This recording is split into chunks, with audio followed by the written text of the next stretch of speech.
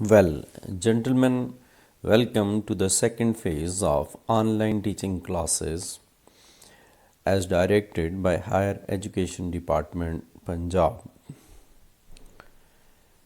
Here I am Sharif Zaid, Assistant Professor of English from Government Postgraduate College at Tug. Well, dear student, we have studied that how Mr. Chips completed his second term of acting head. And we shall start from the next chapter, that is chapter 16 from page 37. And now, 15 years after that, he could look upon it all with the deep and sumptuous tranquility, feeling very much satisfaction. He was not ill, of course, only a little tired at times. कभी कभी थकावट हो जाती, and bad with his breathing during the winter months, और सर्दियों में सांस उखड़ जाती थी. He would not get abroad. He would not go abroad.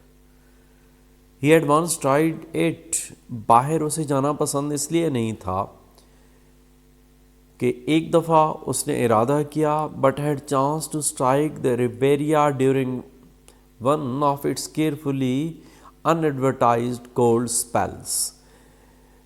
सख्त ठंडक हो गई जिसका पहले से पता नहीं था, लिहाजा वो ये कहा करता था कि I prefer to get my chills in my own country. He used to say after that, सर्दी ही लगना है तो अपने मुल्क इंग्लैंड की क्यों न लगे. He had to take care of himself when there were east winds. जब ईस्ट विंड्स चला करती तो उसको ज़रूर अपना ज़्यादा ख्याल करना पड़ता. But autumn and winter were not really so bad. There were warm fires, आग के आगे बैठता, and books, and you could look forward to the summer. और फिर ये उम्मीद भी तो ज़िंदा थी कि ये ख़त्म हो जाएगा hard season. It was the summer that he like best. Mr. Chips liked summer season, of course, apart from the weather which suited him. Although summer season suited him, but besides that, there were the continual visits of old boys. Old students भी उसे मुलाकात के लिए आया करते थे. Every week, and some of them motored up to Brookfield and called at his house. Her weekend पे कुछ न कुछ आ जाते अपनी गाड़ियों में, फिर इससे मुलाकात के लिए आते. Some time they tired him if too many came at once. यानी अगर ज़्यादा स्टूडेंट्स भाई एक वक्त आ जाते मुलाकात के लिए, ये थक भी जाया करता था. But he did not really mind. He could always rest and sleep afterwards. बाद में रेस्ट कर लिया करता था. And he enjoyed their visits more than anything else in the world. That was still to be enjoyed. और उनके आने से इसे खुशी होती. फॉर एग्ज़ाम्पल वो उनसे यूँ पूछा करता, well Gregson, I remember you always late for everything. देखिए आप हमेशा क्लास में लेट नहीं आया करते थे. Perhaps you will be late in the growing old. मेरा ख्याल है आप मेच्योर भी नहीं होंगे, आप बूढ़े होने में भी लेट हो जाएंगे. लाइक मी, जैसे मैं. यानी ही वो अपने आप को भी यंग तस्वर करता था. And later when he was alone again and Mrs Wicket came to clear away the things. और जब गेस्ट्स चले जाते, स्टूडेंट्स चले जाते और मिसेस विकेट वो चीज़ें उठाने आती, तो कितनी खुशी से उसे बता रहा होता, Mrs wicket, young Gregson called. You remember him, do you? So, can you recall him? Tall boy with spectacles, always late. इससे वो भी एंजॉय करती. Got a job with league of Nations, जिसका न्यू नेम आजकल UNO है.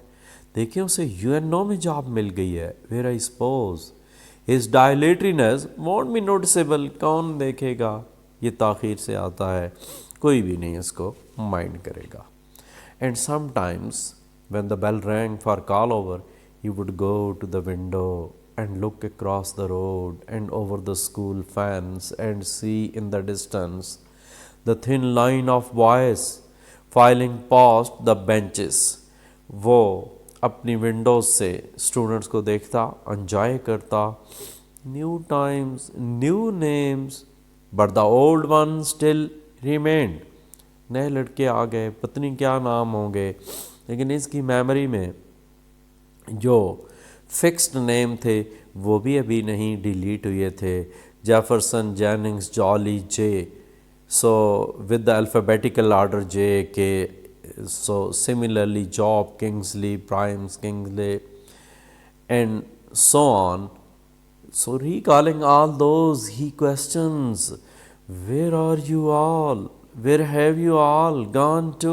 किधर गए ये मेरे सारे student? Mrs. Wickett, bring me a cup of tea just before prep, will you please? The same very question we have studied in the opening chapter, first chapter में था कि जब भी कभी वो जाली मूड में होता तो वो ये अपनी रिक्वेस्ट भेजता था, Mrs Wicket, bring me a cup of tea just before prep, will you please. ये अब यादों में है। The post war decade swept through with the clutter of change and mail adjustments. बहुत ज़्यादा प्रॉब्लम्स भी आए। Chips, as he lived through it, was profoundly disappointed when he looked abroad. और जब वो याद किया करता बहुत सारी बातें, परेशान हो जाता। Roar, shank, कॉफू, there was enough to be uneasy about in the world. बहुत बड़े बड़े इंसिडेंट्स हुए, but near him at Brookfield, and even in a wider sense in England, there was something that charmed his heart because it was old and had survived. और वो कहता था कि ठीक है, मेरे अदारे ने कम अज़ कम जंग में कंट्रीब्यूट तो किया। More and more he saw the rest of the world as a vast disarrangement for which England had sacrificed enough. बाकी दुनिया उस फर्स्ट वर्ल्ड वार के तमाम तबाही को विदस्टैंड न कर सकी, इंग्लैंड बहरहाल उसको विदस्टैंड कर गया था। And perhaps too much, but he was satisfied with Brookfield. It was rooted in things that had stood the test of time and change and war. Brookfield ने जंग में भी खूब अपने मुल्क की खिदमत की थी। Curious in the deeper sense, how little it had changed, means कोई तब्दीली ना आई उसके शेड्यूल में।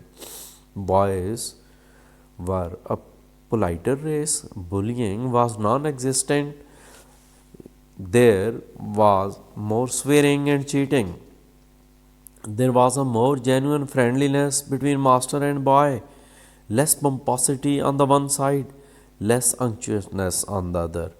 One of the newer masters, fresh from Oxford, even let the sixth call by the Christian name. कहता था किस कदर चेंज आ गई है। Chips didn't hold with it. Chips को ये अच्छा नहीं लगता था क्रिश्चियन नेम से पुकारना। Indeed, he was just a little bit shocked. He might as well sign his terminal reports yours affectionately. वो इस किस्म के तकल्लुफ़ात को ज़रूर बरतता था। he told somebody कि अब इतनी चेंज आ गई है। So till now, for today it is sufficient. We shall start from the next paragraph in the next lecture. Thank you very much.